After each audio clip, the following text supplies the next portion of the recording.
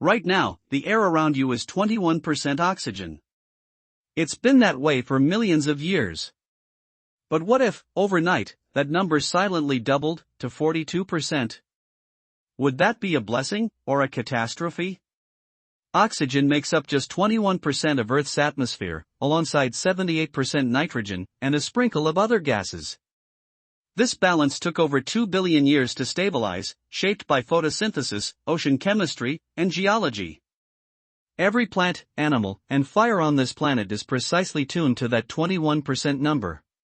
Now imagine a mysterious global event, call it the shift, instantly rewires our atmosphere. Nitrogen drops. Oxygen surges to 42%. No warning, no adaptation time. Just a new, oxygen-rich world, starting right now. The first thing you'd notice isn't in the air, it's in the fire. Oxygen is fuel for combustion, and doubling it doesn't just help fires burn, it makes almost everything flammable. Wet wood, green leaves, even some metals could ignite. A single spark, a power line, a cigarette, a stray lightning strike, could set off infernos that spread faster than anyone could escape. Inside your body, more oxygen sounds like a good thing, until you remember biology has limits. Breathing 42% oxygen for too long causes oxygen toxicity. Your lungs inflame, free radicals damage cells faster than your body can repair them, and in extreme cases, seizures follow. Short exposure might feel like a rush of energy.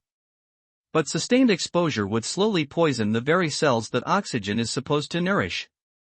Insects breathe differently than we do, through tiny tubes called tracheae that passively diffuse oxygen.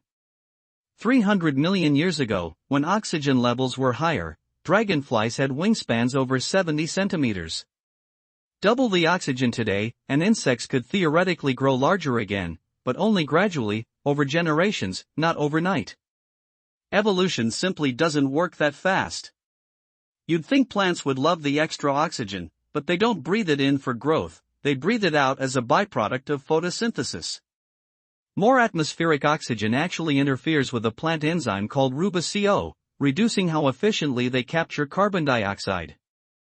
Ironically, doubling oxygen could slow plant growth down.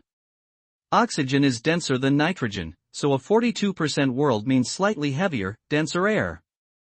That changes how heat and moisture move through the atmosphere, potentially intensifying storms and shifting wind patterns.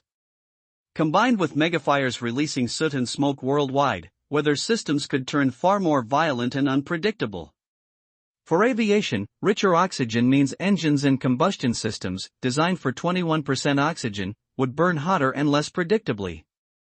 Jet turbines could overheat. Fuel systems calibrated for our current atmosphere would need a complete redesign.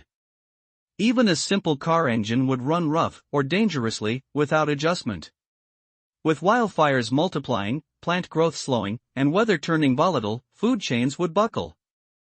Fewer plants means less food for herbivores, which means less food for predators. Add global megafires destroying habitats, and you get a cascading ecological collapse, not because life can't survive high oxygen, but because the transition would be instant. Over billions of years, Earth found a delicate equilibrium. Enough oxygen to fuel complex life like us, but not so much that every forest becomes a bomb waiting for a spark. 21% lets fire exist without consuming everything. It lets plants and animals breathe without poisoning themselves. It's not an accident, it's a planetary balancing act, perfected over eons. Doubling oxygen wouldn't create a paradise, it would create chaos. The very air we breathe is a masterpiece of balance. And maybe that's the real wonder, not what if oxygen doubled, but that it never has.